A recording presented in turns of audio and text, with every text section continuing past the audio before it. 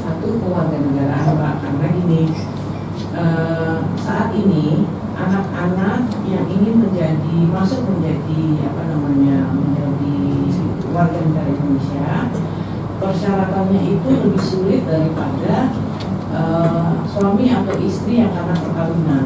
Sementara kita melihatnya anak-anak ini kan ikatan darah Indonesia yang punya ikatan darah dengan warga negara Indonesia, dan mereka itu selamanya akan mempunyai hubungan darah dengan bangsa Indonesia asli. Bangsa Indonesia asli itu siapa ya, pasti kita sudah tahu karena ada di penjelasan pasal 2 dari Undang-Undang Nomor 12 2006. Kemudian anak yang lahir di negara-negara Yusoli saat ini menurut sesuai dengan penelitian kami, kasus-kasus ini belum secara spesifik diadres di berbagai peraturan. Ya, sementara karena dengan adanya Undang-Undang Nomor 12 2006 ini berarti Indonesia telah membuka pintunya terhadap pergesekan warga dengan hukum negara asing yang mengikuti anak-anak yang dalam kondisi tertentu menjadi warga negaraan ganda atau memang lahir di tanah Solo, ya. Terus yang kedua adalah karena ada residu dari Undang-Undang Nomor 12 2006, berarti dinamika kewarganegaraan Indonesia itu sangat kompleks, sehingga ada yang anak berkewarganegaraan tunggal dan juga ada anak yang berkewarganegaraan ganda. Nah, ini kita bagaimana memberikan pelayanan yang semaksimal mungkin gitu ya, karena kalau kita memukul rata semua anak itu berkewarganegaraan ganda, itu akan merepotkan juga nanti Pak Broto didatangi terus sama ibu-ibu, ya kan?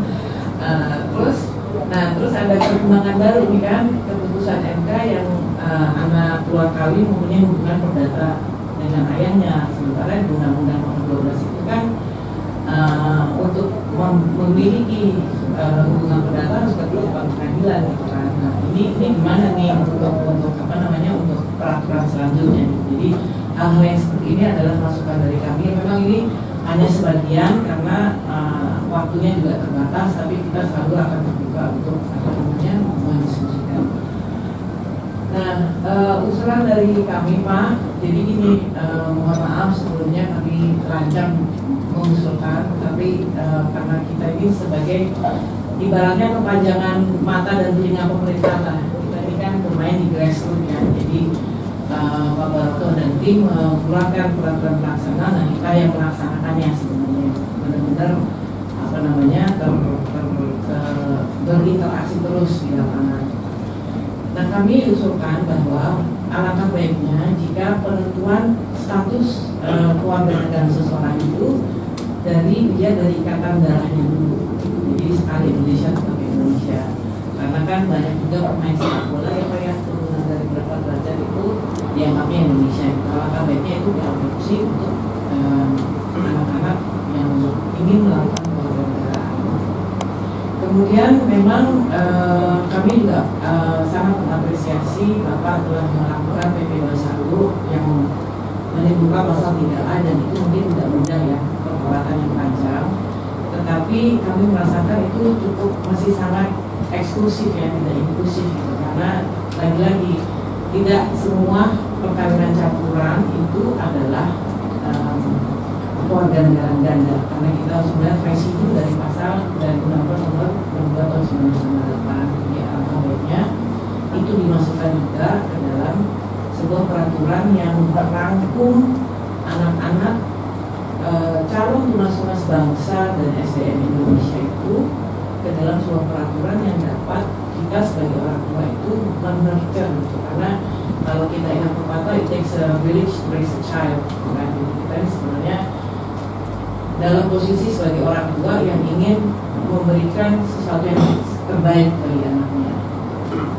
Nah, kemudian di dalam PP 21 peraturan berikutnya yang entah bentuknya apa, kami mengusulkan anak-anak yang mempunyai ikatan darah dengan bangsa Indonesia itu untuk melakukan suatu kewarganegaraan itu melalui citizenship by registration. Jadi bukan kalau sekarang kan by naturalization gitu ya. Jadi harusnya dibedakan gitu. Ya bukan harusnya, maksudnya kami memohon untuk dipertimbangkan untuk dibedakan. Karena kenapa? Kami melihat di undang-undang di peraturan pemerintah itu sebenarnya citizenship by registration itu juga sudah teradopsi gitu ya, bukan suatu hal yang baru.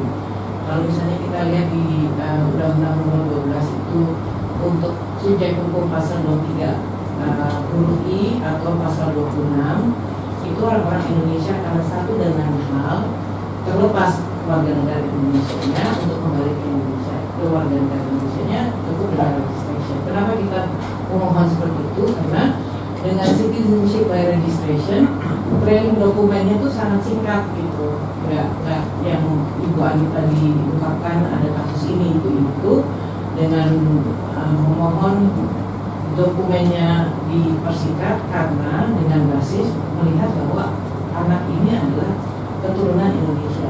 Jadi kita seperti orang tua yang anaknya keluar rumah sudah bekerja apa segala macam, balik ke rumah tuh kita permudah, ibaratnya seperti itu.